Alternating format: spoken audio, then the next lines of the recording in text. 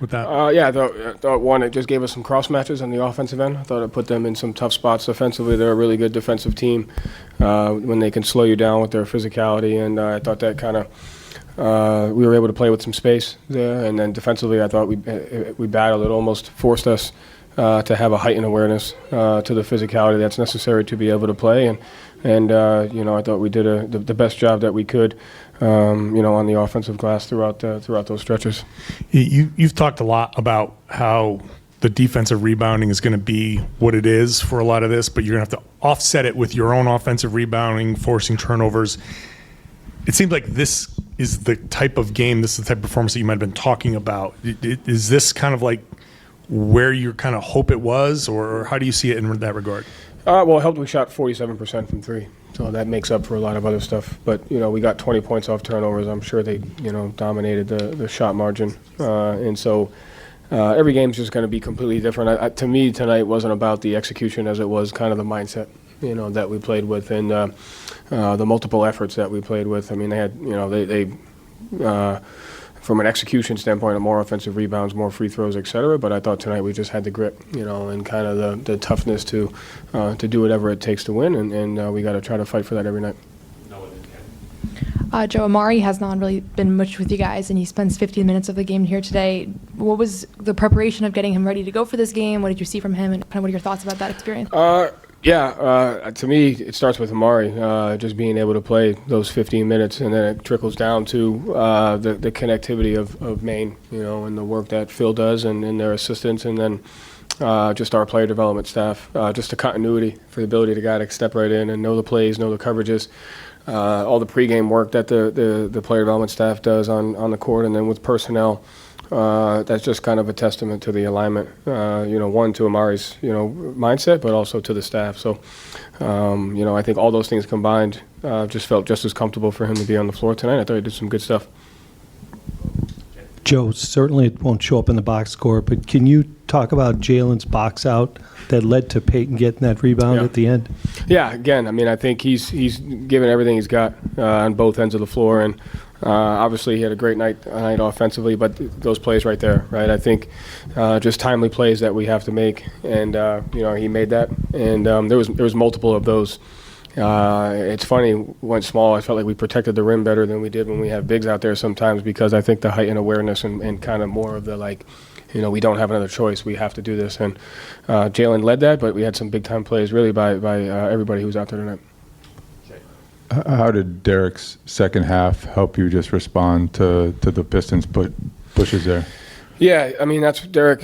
Whenever he's not playing well, I kind of get excited because I know it's when it comes out of it, it's going to the other side of that is better than what that is so much better. So that's just the trust that I have in him as a player, and so that'll never waver. And so in the first half, you can kind of see he made, to me, outside of Derek, the two plays that I think changed the game, and really this is a credit to the city and the Garden. Is we're 9-8.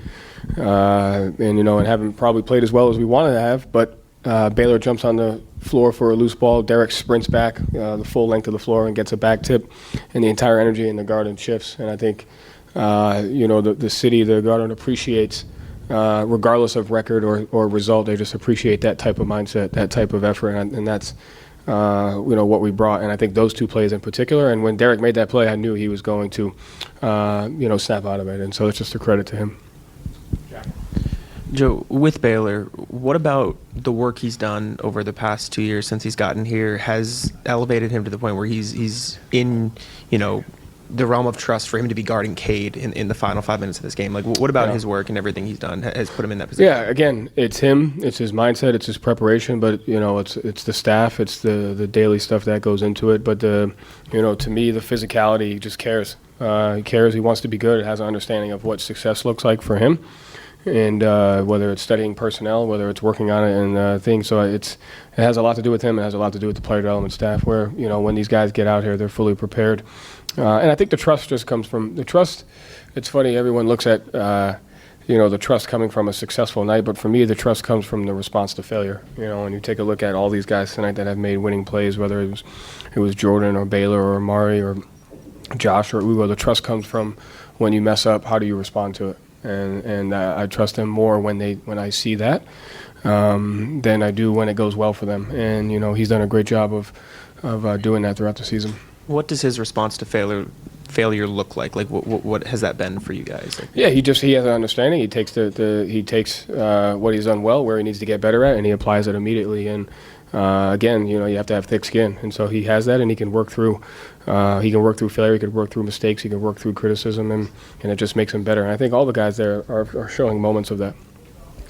Jay has one more. You guys are up 3 trying to foul. What's the decision there with about 5 seconds left on whether to give that foul, whether to not give it, and just play solid defense? I mean, I thought it's tough because, you got Duncan Robinson on the floor, Cade's got 40. I thought at 9.9 we fouled a little bit too early, but you don't know that. You want to it's a balance of executing versus feel. And, Duncan Robinson inbounded it, so he was probably going to come and set a brush screen that could have opened up something, and then now you can't foul. So I thought we executed it, but I think 9.1 was a little early. On the second one, in a full court one, you're looking to do it around half court. And that's credit to Cunningham. He timed it up perfectly.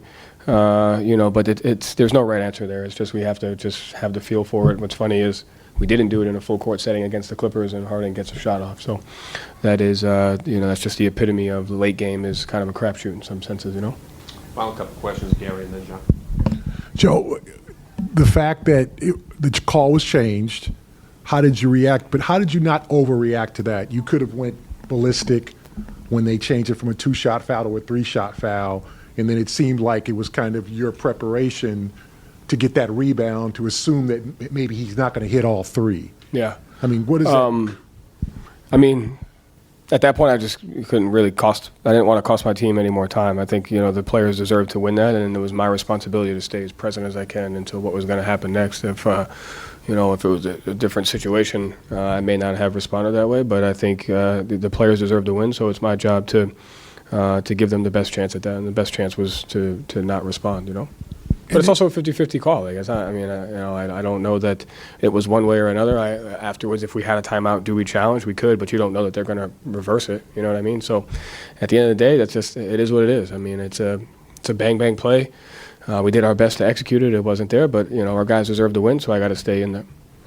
And this seemed like one of those games, Joe, where keeping your timeouts and not falling for the challenge benefited you. That second timeout when you didn't get the ball in, but it just seemed like your coaching and the kind of the decisions kind of led to this. Well, no, we used 2 in the first quarter, so we were down, and we won the challenge, which helped. But they challenged in the third quarter, which got the timeouts back to even. And so I thought that was a big play.